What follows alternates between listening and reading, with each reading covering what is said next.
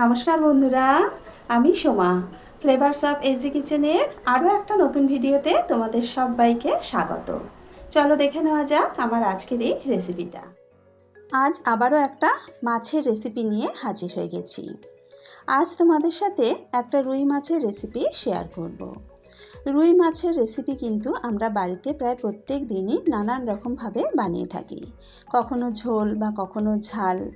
তবে আজকের এই রেসিপিটা কিন্তু একদম অন্য ধরনের একটা রেসিপি।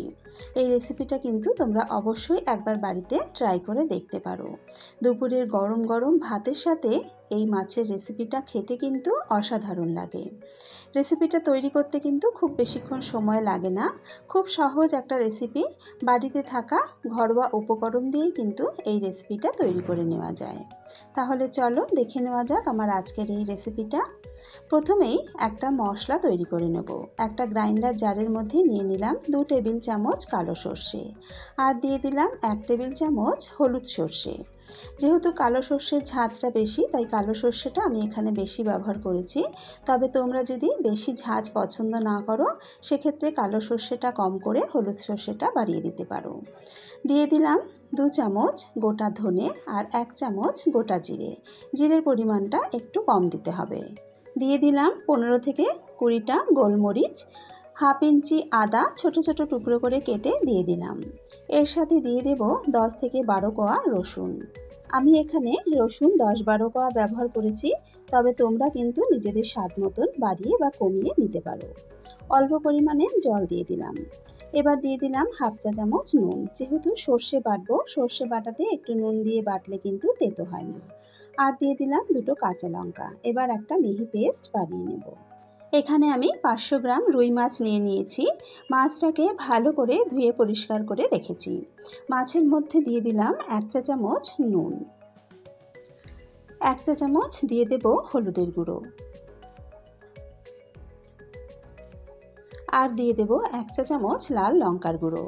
তবে লঙ্কার গুঁড়োটা কিন্তু অপশনাল, তোমরা যদি লঙ্কার গুঁড়ো দিতে পছন্দ না করো সেক্ষেত্রে স্কিপ করতে পারো, তবে দিলে বেশ সুন্দর একটা চটপটা স্বাদ হয়। এবার যে মশলার পেস্টটা তৈরি করে রেখেছিলাম, সেখান থেকে 2 টেবিল চামচ মতন পেস্ট এই মাছের মধ্যে দিয়ে দিলাম। এবার সমস্ত কিছু খুব ভালো করে মাখিয়ে নেব। মাছের সাথে নুন হলুদ মাখাবার সময় যদি এই পেস্টটা দিয়ে দেওয়া যায়, তাহলে মাছ ভাজার সময় কিন্তু মাছে খুব সুন্দর একটা টেস্ট হয়। মাছের মধ্যে সমস্ত কিছু ভালো করে মাখিয়ে নিয়েছি। 5 মিনিট এইভাবে রেখে দেব। 5 মিনিট পর একটা কড়া গরম করে তাতে দিয়ে দিলাম সর্ষের তেল। তেলটাকে খুব ভালো মতন গরম করে নিয়েছি। এবার মশলা মাখানো মাছের পিসগুলো এক এক করে দিয়ে দেব। তবে একবারেই কিন্তু সব মাছগুলো ভাজা যাবে না, যে কটা মাছ ধরবে সে কটাই দেব। প্রথমে এখানে আমি 5 পিস মতন মাছ দিয়ে দিয়েছি। এক পিঠটাকে লাল করে ভেজে মাছের পিসগুলোকে উল্টে দেব।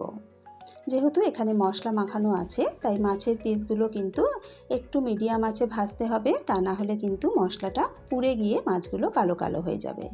দেখতেই পাচ্ছ মাছগুলো কিন্তু বেশ লাল করে ভেজে নিয়েছি। 2 পিঠটাই বেশ লাল করে ভেজে নেব। যেহেতু মশলা মাখানো আছে, তাই মাছের পিসগুলো কিন্তু একটু লালচে লালচে তাড়াতাড়ি হয়ে যাবে। ভাজা মাছগুলোকে তুলে নিলাম। একইভাবে বাকি মাছগুলোকেও ভেজে নেব।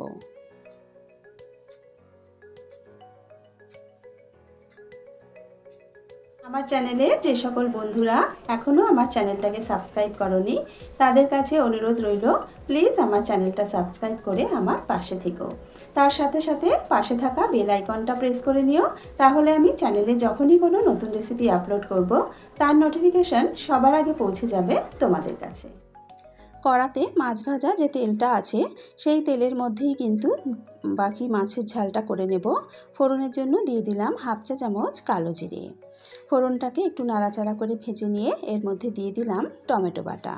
2টো বড় সাইজের টমেটোকে আমি এখানে মিক্সিতে পেস্ট করে নিয়েছি। টমেটোটাকে একবার ভালো করে নাড়াচাড়া করে মিশিয়ে নিয়েছি। এবার এতে দিয়ে দিলাম হাফ চা চামচ হলুদ গুঁড়ো, আর দিয়ে দিলাম 1 চা চামচ কাশ্মীরি লঙ্কার গুঁড়ো। যেহেতু কাঁচা লঙ্কা আর গোলমরিচ ব্যবহার করেছি, তাই আলাদা করে এখানে আমি আর গুঁড়ো লঙ্কা ব্যবহার করিনি। শুধু রং হওয়ার জন্য দিয়ে দিলাম কাশ্মীরি লঙ্কার গুঁড়ো, আর দিয়ে দিলাম স্বাদ মতো নুন। তবে নুনটা দেওয়ার সময় খেয়াল রাখতে হবে আমরা মশলা পেস্ট করার সময়ও কিন্তু নুন ব্যবহার করেছি। এবার মশলাটাকে খুব ভালো করে কষিয়ে নিয়েছি। এবার পেস্ট করা মশলাটা দিয়ে দেব। বাটির গায়ে বেশ কিছুটা মশলা লেগে আছে, অল্প জল দিয়ে ধুয়ে জলটা দিয়ে দিলাম। এবার খুব ভালো করে মশলাটাকে কষিয়ে নেব। আমি এখানে 2টো কাঁচা লঙ্কা ব্যবহার করেছি, তবে ঝালের পরিমাণটা কিন্তু তোমরা নিজেদের স্বাদ অনুযায়ী বাড়িয়ে বা কমিয়ে নেবে। দেখো মশলাটা কিন্তু আগের থেকে অনেকটা কষানো হয়ে এসেছে। মশলা এখন খুব ভালোভাবে কষানো হয়ে গেছে, মশলা বেশ শুকনো শুকনো হয়ে গেছে।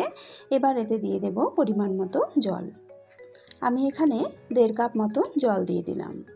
মশলার সাথে জলটাকে ভালো করে মিশিয়ে নেব। মশলার সাথে জল ভালো করে মেশানো হয়ে গেছে। এবার মিডিয়াম টু হাই ফ্লেমে গ্রেভিটাকে খুব ভালো করে ফুটতে দেব। গ্রেভি এইভাবে ফুটে উঠলে তখন ভাজা মাছগুলো দিয়ে দেব। ভাজা মাছগুলো দিয়ে হালকা হাতে একবার গ্রেভির সাথে মিশিয়ে দেব, যাতে প্রত্যেকটা মাছ গ্রেভিতে ভালোভাবে ডুবে থাকে। এবার গ্যাসের ফ্লেমটা মিডিয়াম টু লোতে দিয়ে 3-4 মিনিট রান্না করে নেব। মিনিট 4 হয়ে গেছে, লো ফ্লেমে মাছটা রান্না করে নিয়েছি। দেখতেই পাচ্ছ গ্রেভিটা কিন্তু অনেকটা শুকনো শুকনো হয়ে গেছে আর বেশ সুন্দরভাবে তেল ভেসে উঠেছে। আবারও একবার ভালো করে একটু নাড়াচাড়া করে দিলাম। এবার এতে দিয়ে দেব একটু ধনেপাতা কুচি। ধনেপাতাটাকে দিয়ে একবার ভালো করে মিশিয়ে নেব।